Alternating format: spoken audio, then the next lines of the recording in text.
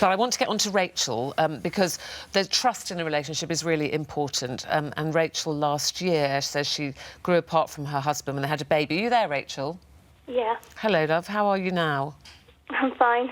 Good. So you grew apart, you separated for a little while, you had a 6-month-old baby, and you say you had a one-off relationship with someone. Yeah. But now you're back together. We're not back together at the moment. We split up. I felt like I was doing everything with the baby, and I was going to work, coming home, doing everything. So everything kind of got on top of me, and we split up.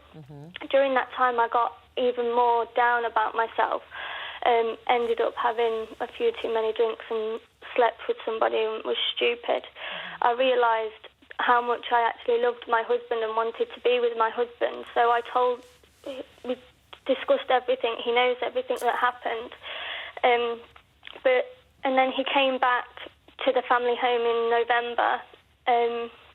We spent some time together, but he says that he can't trust me. He feels like what happened is like I betrayed our marriage, even though we wasn't together at the time. We were still married. We had still took the vows to be faithful to each other, and we want to be together now, but we love each other and we want to be together, but now he can't trust me, and I need to know how I can regain his trust. I suppose the good news is, is that they still love each other. That's the starting point, I suppose, is it? It's a starting point, but I think that there's love and then there's commitment. And, you know, it sounds to me a little bit like you find it difficult to ask for help. So when you had a baby, you were doing absolutely everything, and then you were worn down, and then your husband is seen as being unsupportive. And then you go off and have this one-off relationship.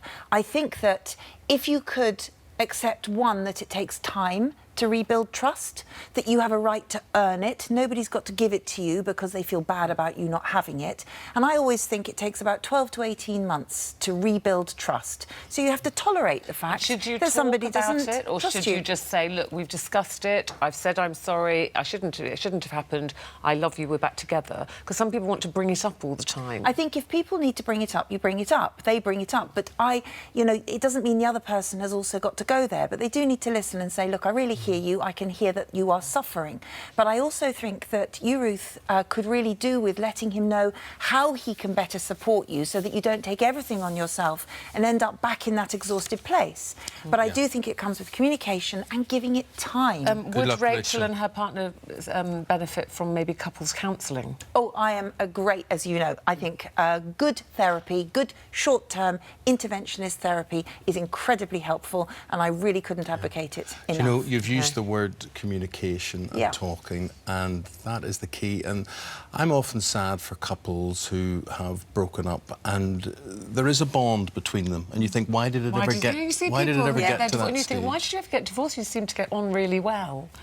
What I can tell you, just a little tip, when you're talking to somebody and you're in conflict with them, sit like Eamon and Ruth are, so that you're on either at one end and on the side of the table. If you sit opposite each other, you're immediately in a confrontational space. So when people chat sitting like that, they're much more likely to get good outcomes. Did I just mention, don't leave the butter out of the fridge so much? See, that's so petty. Do you think? That's ridiculous. If you know actually... I love you, but just don't do that But why do you create conflict over something so silly? When you make a sandwich, you want to eat it straight away. You don't want to tidy up and then eat it. Well, we'll continue this in the break, Put the butter and we'll away. get some advice from Mandy.